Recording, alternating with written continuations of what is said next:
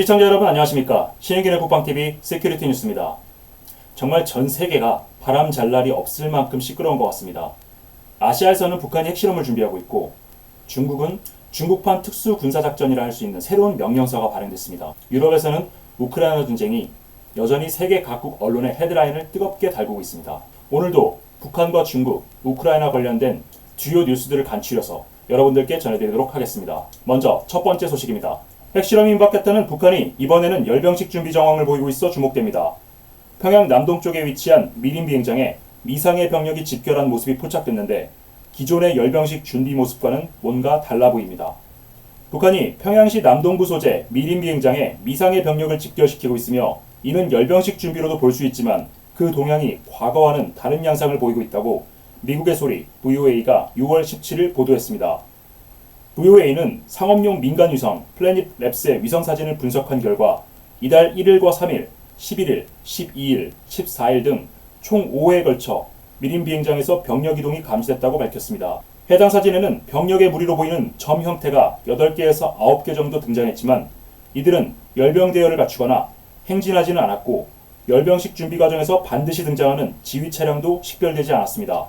일부 전문가들은 북한이 9월 9일 정권 수립 74주년, 10월 10일 노동당 창건 77주년을 앞두고 열병식을 거행할 가능성이 있다고 보고 있습니다. 북한은 지난 4월 25일에도 북한군 창건 제90주년 기념 열병식을 실시했으며 이 당시에도 본행사 3개월에 앞서 미림 비행장에서 열병식 준비를 실시했던 적이 있었습니다. 문제는 병력의 동향입니다.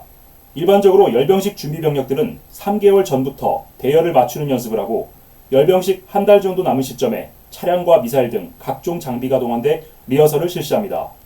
그런데 미림 비행장에 현재 집결해 있는 병력은 훈련 부대가 사용하는 막사도 대열 훈련도 없이 불규칙적인 움직임만 보여주고 있어 이들이 정말 열병식 준비 병력이 맞는지 의구심이 커지고 있습니다.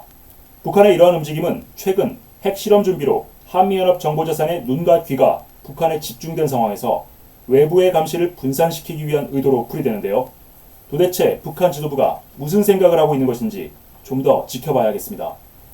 일반적으로 열병식이라는 것은 독재국가나 전체주의 국가에서 자신들의 체제 우월성을 선전하고 그 치적을 과시하기 위해서 실시합니다. 북한의 경우에도 극심한 식량난과 경제난이 지속되고 있음에도 불구하고 자신들의 장거리 미사일 그리고 첨단 재래 전력들을 과시하는 장으로 활용해 왔는데요.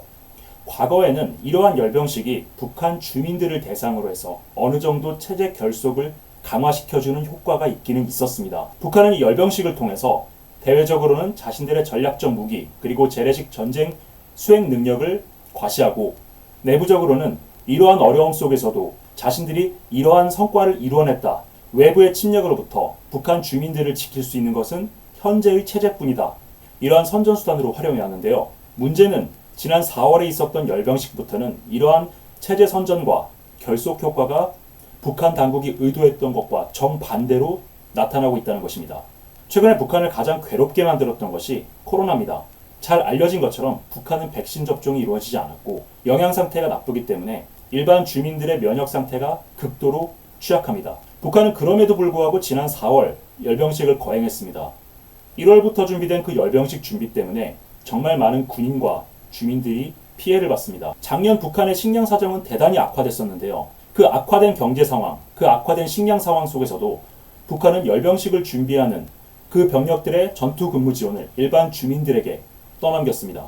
열병식이 준비되고 있었던 1월부터 4월까지 북한 주민들은 그 열병식 준비 제대의 식량과 군수 지원품을 준비하는데 정말 많은 고통을 겪었고 열병식 이후에는 그 열병식으로 인해서 발병한 코로나 때문에 정말 많은 희생자가 나왔습니다. 북한의 4월 25일 열병식 당시의 영상과 사진을 보면 그 당시 군중 누구도 마스크를 착용하고 있지 않았습니다. 이 열병식에 참가했던 부대들은 평양뿐만 아니라 전국 각지에서 올라온 부대들로 구성되어 있었는데요. 이들이 열병식이 끝나고 각지의 부대로 복귀하면서 전국 각지에 동시다발적인 코로나 확진자가 발생하기 시작했습니다. 북한 주민들도 이 같은 사실을 누구보다 잘 알고 있습니다. 1월부터 4월까지 정말 무리하게 열병식 준비를 했고 그 과정에서 주민들이 정말 많은 피해를 받고 열병식으로 인해서 전국적으로 코로나가 확산됐고 그로 인해서 정말 많은 희생자가 발생했다는 것을 누구보다 잘 알고 있을 겁니다. 이른바 구구절, 쌍십절, 열병식 예상 날짜로 거론되고 있는 이 시기는 북한이 추수를 앞둔 시기입니다. 가장 공공한 시기죠. 바로 이러한 시기에 열병식을 한다? 특히나 올해는 북한 내부는 물론이고 세계 각국의 식량 전문가들이 비료, 지력, 노동력 부족 문제로 북한이 올해 최악의 식량난에 직면할 것으로 예상하고 있습니다. 그런 상황에서 열병식을 준비한다? 마치 밀란이 일어나기를 바라는 것처럼 행동하고 있습니다. 일부 전문가의 분석처럼 이번 움직임은 실제 열병식 준비라기보다는 현재 동쪽, 그러니까 풍계리 쪽에 집중되어 있는 한미연합 정보자산에 눈과 귀를 돌리기 위한 기만전의 성격일 가능성이 상당하다고 봅니다. 하지만 기만전을 이렇게 허술하게 하면 여기에 동원된 병력은 병력대로 지치고 효과는 없고 이 병력들에 대한 전투근무 지원을 또 평양 시민들에게 돌릴 것이기 때문에 북한 당국이 생각했던 효과 대신 평양의 민심만 더 악화되는 역효과가 날 것 같습니다. 다음 소식입니다. 시진핑 중국 국가주석이 6월 13일 서명에 전군에 하달한 군대 비전쟁 군사행동 강요가 대만이 아니라 중국 내부와 북한을 노리고 있는 것이라는 분석이 나왔습니다.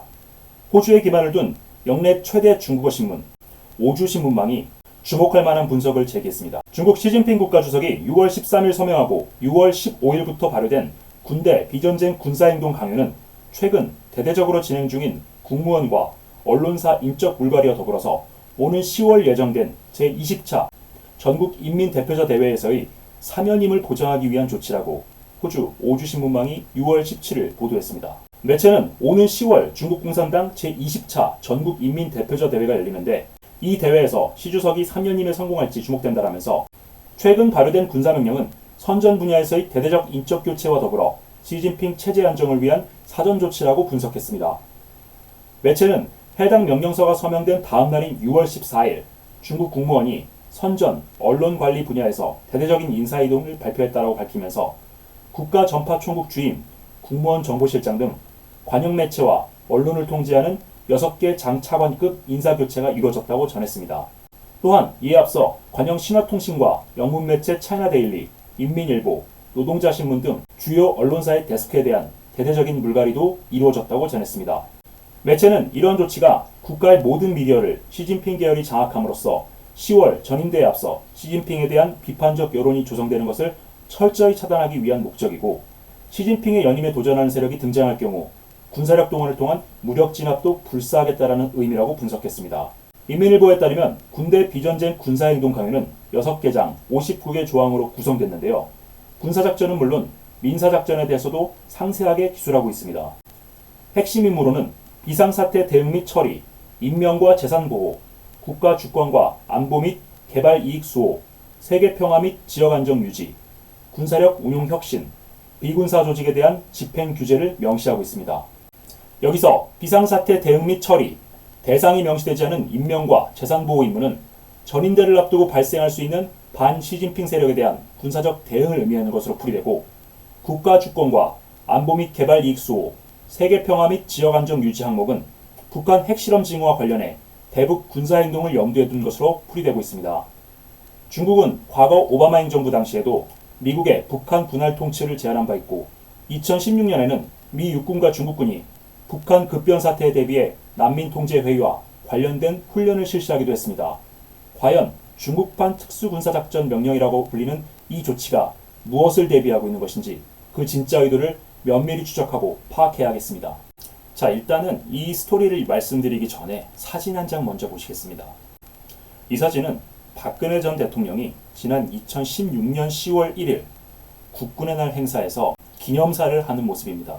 이 당시에 박근혜 대통령은 북한 주민들이여 대한민국으로 오라 이러한 발언을 했었고요. 2016년 가을부터 중국이 북중 접경 지역에 난민 수용소를 건설하고 있다. 이런 뉴스들도 기억하실 겁니다.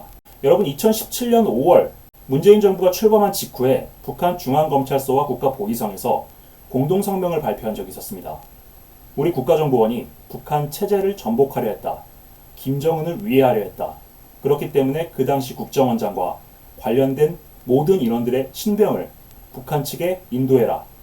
이런 내용이었습니다. 북한 당국이 밝혔던 내용, 그리고 그 당시에 한미연합사령관이었던 빈센트 브룩스 장군이 일본 언론과 인터뷰한 내용을 보면 2016년 가을과 겨울은 정말 위태위태한 시기였습니다.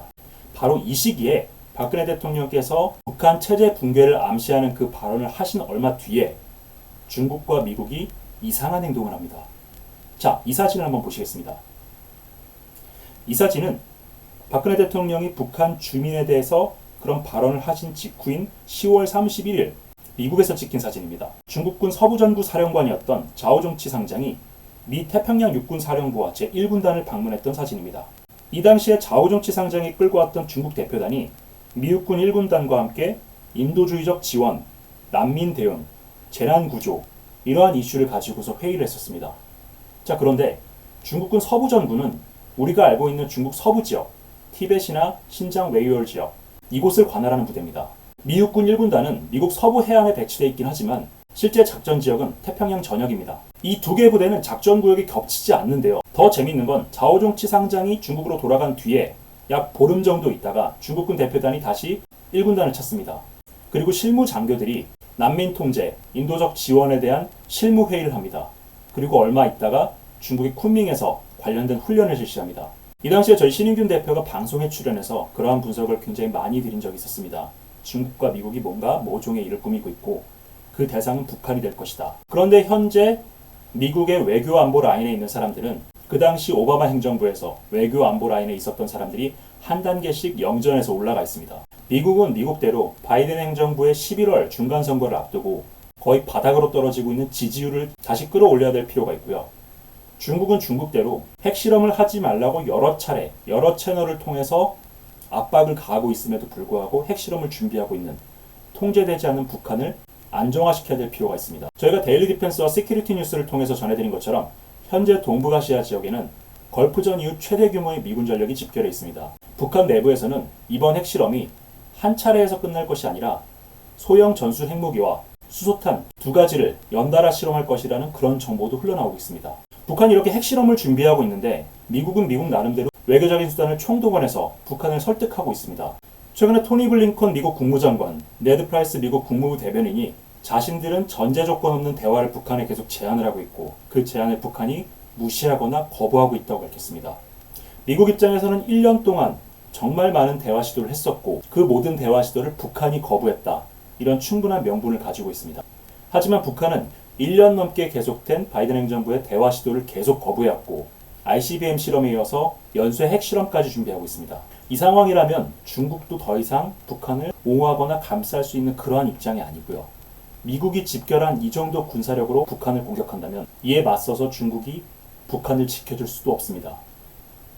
미국 입장에서는 중간선거를 앞두고 우크라이나 문제나 이란 문제, 북한 문제 중 어느 하나라도 풀어야 되는 상황이고요. 중국 입장에서는 10월 전인대를 앞두고 한반도가 불필요하게 시끄러워지는 것을 원하지 않고 있을 겁니다. 미국과 중국의 이해관계가 이렇게 교묘하게 겹치는 시기에 북한이 미중 양국의 말을 듣지 않고 마치 브레이크 풀린 폭주 기관차처럼 달리고 있습니다. 2016년 미국과 중국이 함께 준비했던 북한 레짐 체인지, 그것이 2022년에 현실화될지도 모르겠습니다. 세 번째 소식입니다. 한국산 무기가 우크라이나 동부전선에 전황을 바꾸고 있어서 화제입니다. 우리나라에서 고성능 K9 자주포 차체를 구매해 폴란드 현지에서 제작된 크랩 자주포가 세베로도네츠크 전선에서 러시아군 포병들을 압도하고 있다는 소식입니다. 우크라이나가 최근 폴란드에서 기증받은 AHS 크랩 자주곡사포 1개 대대를 인수와 동시에 동부전선의 격전지 세베로도네츠크에 투입했다고 복수의 오신트 소식통들이 현지 시각 6월 18일 리포트했습니다. 이번에 투입된 크랩 자주포는 폴란드가 지난 4월 말 우크라이나에 기증해서 폴란드 현지에서 운용요원 교육을 마치고 우크라이나에 들어온 물량인데요.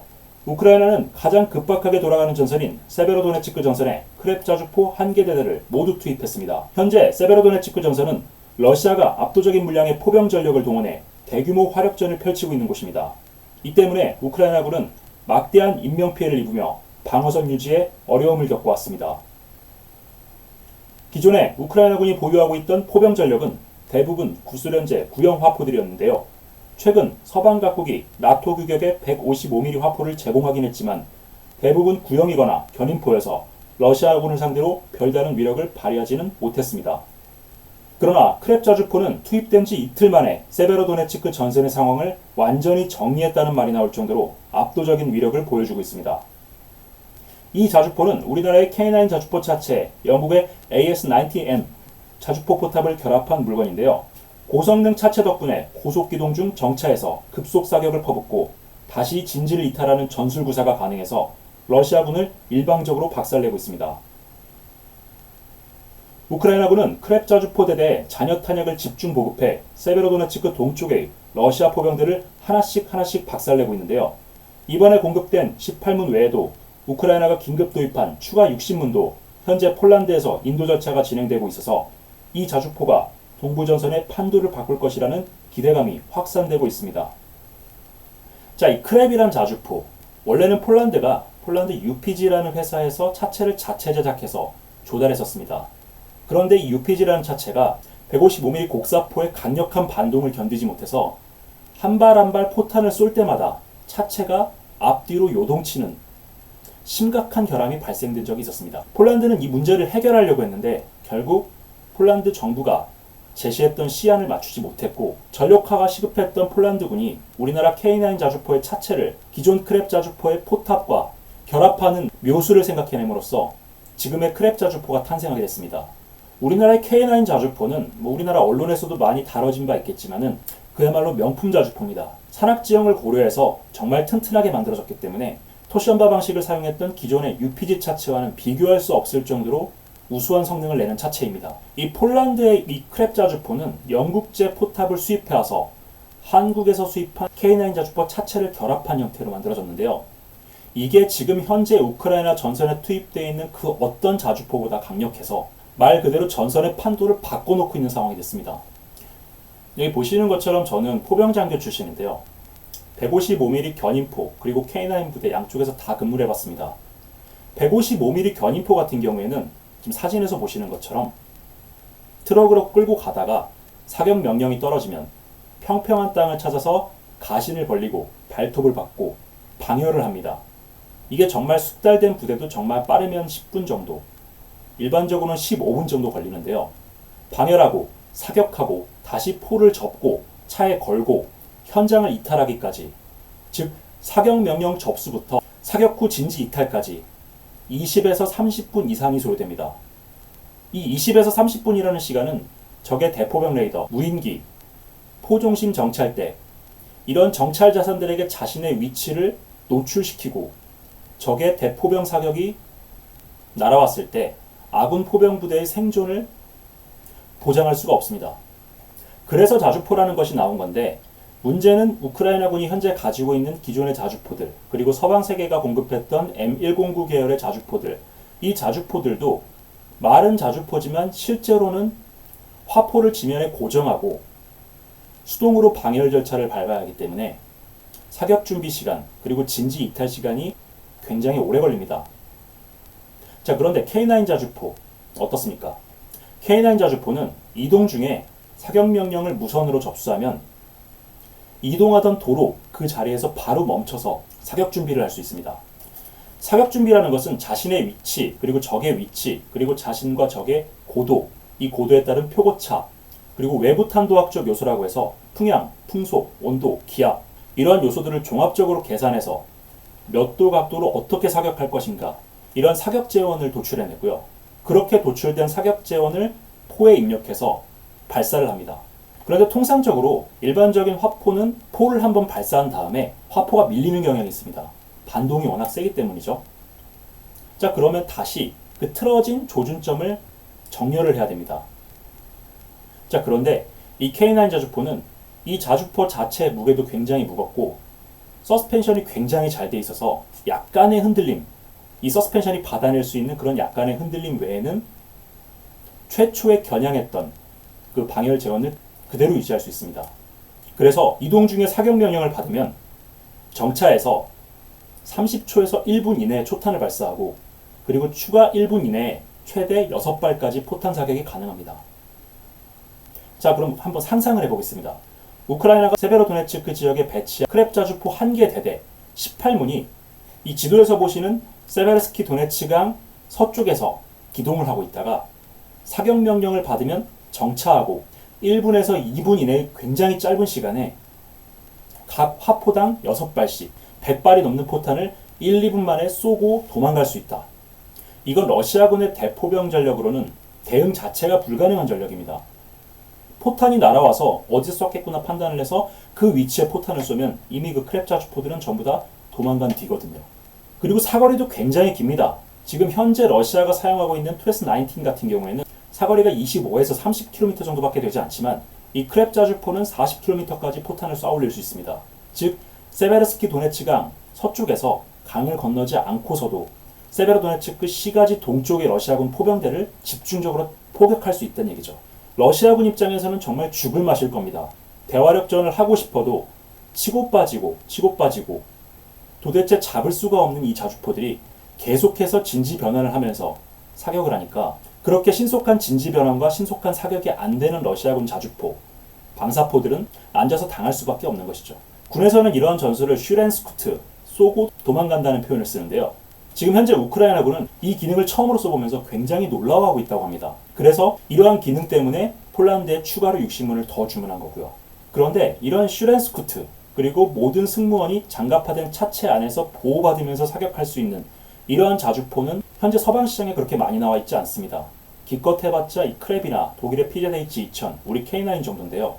우크라이나가 이미 이 크랩 자주포의 위력을 실전에서 증명을 했고 그것을 본 폴란드가 크랩 자주포 추가 대량 도입을 선언했고 최근에 우리 하나디펜스하고 폴란드 국방부가 크랩 자주포에 탑재하기 위한 차체 추가 조달을 위한 협상을 진행 중인 것으로 알려져 있는데요. 포병 전력의 절대적 열세 때문에 궁지에 몰렸던 우크라이나군을 단 18문의 크랩 자주포가 구원해주면서 이 크랩 자주포는 물론이고 이 자주포의 기반이라 할 수 있는 우리 K9 자주포도 전 세계적으로 크게 관심을 받고 있습니다. 자, 이달 6월 말이 되면 나토 정상회담이 예정되어 있습니다.